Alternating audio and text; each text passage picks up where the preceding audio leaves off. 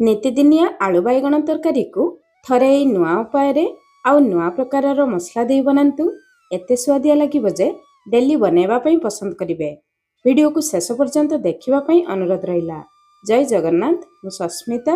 ଆପଣ ସମସ୍ତଙ୍କୁ ସ୍ୱାଗତ କରୁଛି ସସ୍ମିତା ଷ୍ଟାର କିଚେନକୁ। ଆଜିର ତରକାରୀ ପାଇଁ ଏଇଠି ମୁଁ ନେଇଛି ଗୋଟେ ବଡ଼ ସାଇଜର ବାଇଗଣ। ଆପଣ ଛୋଟ ବଡ଼ ଯେକୌଣସି ସାଇଜର ବାଇଗଣ ନେଇପାରିବେ।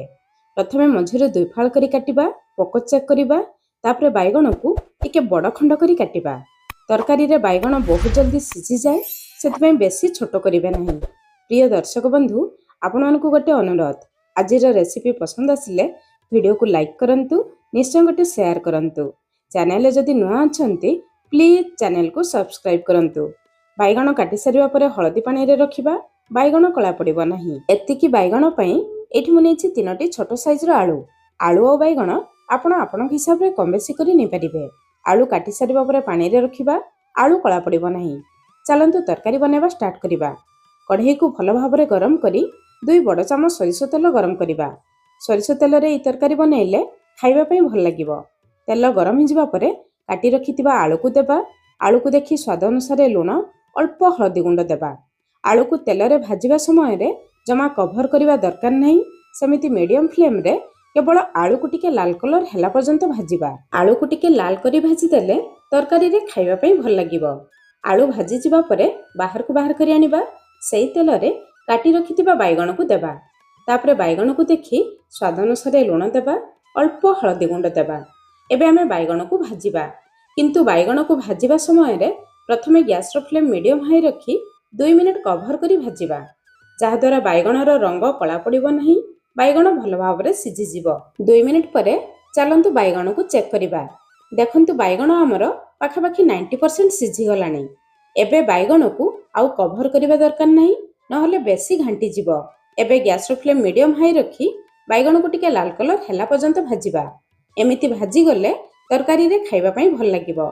ବାଇଗଣ ଭାଜିଯିବା ପରେ ବାହାରକୁ ବାହାର କରି ଆଣିବା। ସେଇ କଢ଼େଇରେ ଅଳ୍ପ ତେଲ ଅଛି, ଆଉ ଅଳ୍ପ ତେଲ ଦେବା, ଗୋଟେ ଛୋଟ ଚାମଚ ପାଖାପାଖି ତେଲ।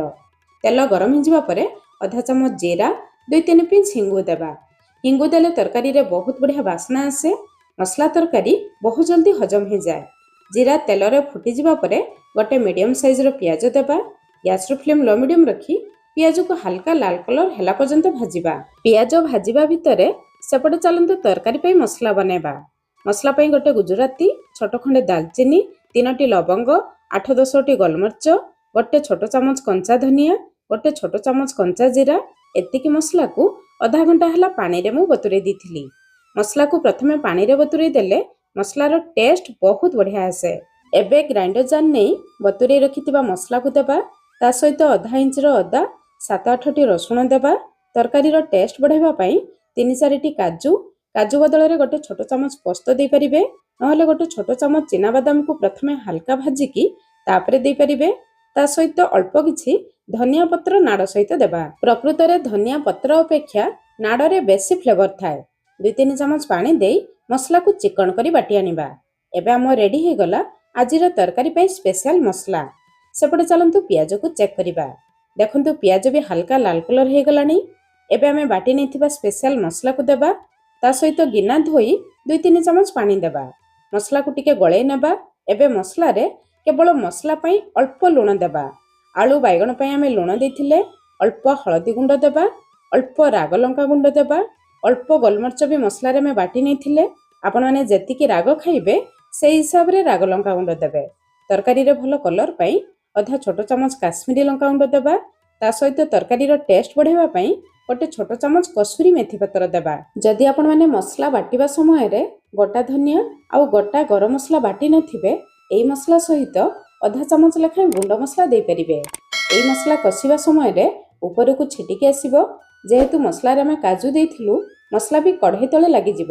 ସେଥିପାଇଁ କଭର କରି କଷିବା, କିନ୍ତୁ ମଝିରେ 1-2 ଥର ମସଲାକୁ ଗୋଳେଇ ନେବା, ନହେଲେ ମସଲା କଢ଼େଇ ତଳେ ଲାଗିଯିବ। 5-6 ମିନିଟ୍ ପରେ ଏଇଠି ଦେଖନ୍ତୁ ମସଲା ଆମର କଷିଗଲାଣି। ମସଲା କଷିଯିବା ପରେ ଗୋଟେ ବଡ଼ ସାଇଜର ଟମାଟୋ ଦେବା। ମସଲା ସହିତ ଗୋଳେଇ ନେବା। ଟମାଟୋ ମସଲା କଷିବା ସମୟରେ ଆମେ ଭାଜି ରଖିଥିବା ଆଳୁକୁ ଦେବା। ତା ସହିତ ତରକାରୀର ଟେଷ୍ଟ ବଢ଼ାଇବା ପାଇଁ 4-5 ଚାମଚ ଫ୍ରେଶ୍ ଗ୍ରୀନ୍ ମଟର ଦେବା। ଏବେ ମାର୍କେଟରେ ଫ୍ରେଶ୍ ଗ୍ରୀନ୍ ମଟର ପ୍ରଚୁର ମାତ୍ରାରେ ମିଳୁଛି। ଆପଣ ଚାହିଁଲେ ଦେଇପାରିବେ। ଅଳ୍ପ ଗ୍ରୀନ୍ ମଟର ଦେଲେ ଏଇ ଆଳୁ ବାଇଗଣ ତରକାରୀର ଟେଷ୍ଟ ବହୁତ ବଢ଼ିଯିବ। ମଟରକୁ ଆଳୁ ସହିତ ଦେଇ କଷିଲେ ଗୋଟେ ସମୟରେ ଦୁଇଟି କାମ ହେବ। ମଟର ଆଳୁ ସିଝିଯିବ, ମସଲା ବି କଷିଯିବ। ଏବେ ମସଲା ଶୁଖିଲା ଅଛି। 4-5 ଚାମଚ ପାଣି ଦେଇ ମସଲାକୁ କଷିବା।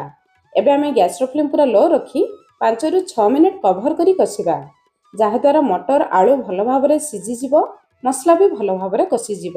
5-6 ମିନିଟ୍ ପରେ ଏଇଠି ଦେଖନ୍ତୁ ମସଲା ଉପରକୁ ତେଲ ଆସିଯାଇଛି। ଏମିତି ତେଲ ଆସିଗଲେ ଜାଣିବେ ମସଲା ଭଲ ଭାବରେ କଷିଯାଇଛି। ମଟରର କଲର୍ ଦେଖନ୍ତୁ ଟିକେ ଚେଞ୍ଜ ହେଇଯାଇଛି। ମଟର ବି ଭଲ ଭାବରେ ସିଝିଯାଇଛି। ଆଳୁକୁ ଚେକ୍ କରିବା। ଆଳୁ ବି ଦେଖନ୍ତୁ ଭଲ ଭାବରେ ସିଝିଯାଇଛି। ମଟର ଆଳୁ ସବୁ ଭଲ ଭାବରେ ସିଝିଯାଇଛି। ମସଲା ବି ଭଲ ଭାବରେ କଷିଯାଇଛି। ଏବେ ଆମେ ତରକାରୀରେ ଝୋଳ ପାଇଁ 1.5 ଗ୍ଲାସ ପାଖାପାଖି ଗରମ ପାଣି ଦେବା। ଜମା ଅଧିକ ପାଣି ଦେବେ ନାହିଁ କିମ୍ବା ଥଣ୍ଡା ପାଣି ଦେବେ ନାହିଁ। ଏହି ତରକାରୀକୁ ଆମେ ବେଶୀ ଝୋଳ କରିବା ନାହିଁ। ପ୍ରଥମେ 2ରୁ 3 ମିନିଟ୍ ପର୍ଯ୍ୟନ୍ତ ହାଇ ଫ୍ଲେମ୍ରେ ଝୋଳକୁ ଭଲ ଭାବରେ ଫୁଟେଇ ନେବା। ଝୋଳ ଫୁଟିଯିବା ପରେ ଭାଜି ରଖିଥିବା ବାଇଗଣକୁ ଦେବା। ବାଇଗଣ ଭାଜିବା ସମୟରେ ଭଲ ଭାବରେ ସିଝିଯାଇଛି। ଏବେ କେବଳ 2ରୁ 3 ମିନିଟ୍ ମିଡିୟମ ଫ୍ଲେମ୍ରେ କଭର କରିବା, ଯାହାଦ୍ୱାରା ସବୁ ମସଲାର ଫ୍ଲେଭର ତରକାରୀ ଭିତରକୁ ଆସିଯିବ।